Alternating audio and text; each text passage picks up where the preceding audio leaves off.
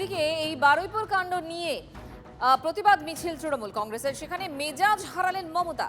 মিছিলে ভিড় নিয়ন্ত্রণ করতে গিয়ে এক ব্যক্তিকে সপাটে চড় প্রাক্তন মুখ্যমন্ত্রী। দেখুন সেই ছবি আপনাদেরকে আমরা দেখাচ্ছি।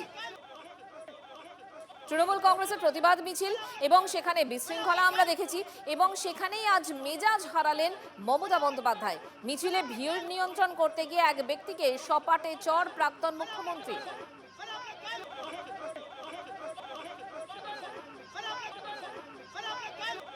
দেখুন ছবিটা। বালিগঞ্জ ফাঁড়ি থেকে হাজরার দিকে যখন মিছিল যাচ্ছিল সেই সময় আমরা দেখেছি তুমুল বিশৃঙ্খলা। সেখানে একেবারে মুখোমুখি হচ্ছে কালীঘাট তৃণমূল এবং বিজেপি। সেখানে চোর স্লোগান শুনতে পাওয়া যায়, মাত চোর গানও শুনতে পাওয়া যায়, এবং সেখানেই যখন তৃণমূল কংগ্রেসের কর্মীরা ছিলেন সেই প্রতিবাদ মিছিল, এবং সেখানেই আজকে দেখা গেল হচ্ছে প্রাক্তন মুখ্যমন্ত্রী তিনি একেবারে মেজাজ হারালেন।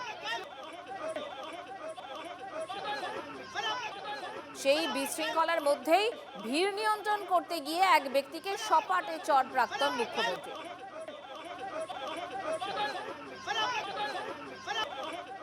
সৌরভ আমাদের সঙ্গে রয়েছেন, কথা বলবো তার সঙ্গে। সৌরভ, মমতা বন্দ্যোপাধ্যায় মেজাজ হারালেন, সপাটে চড় এক ব্যক্তিকে। এই ব্যক্তি কি করছিলেন, তার কি পরিচয়, কি জানতে পারছি আমরা?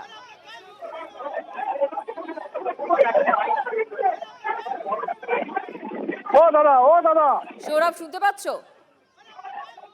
আপনি ছিলেন ওখানে?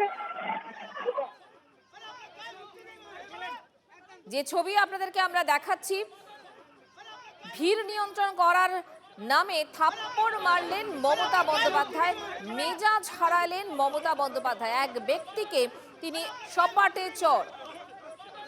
Brought to you by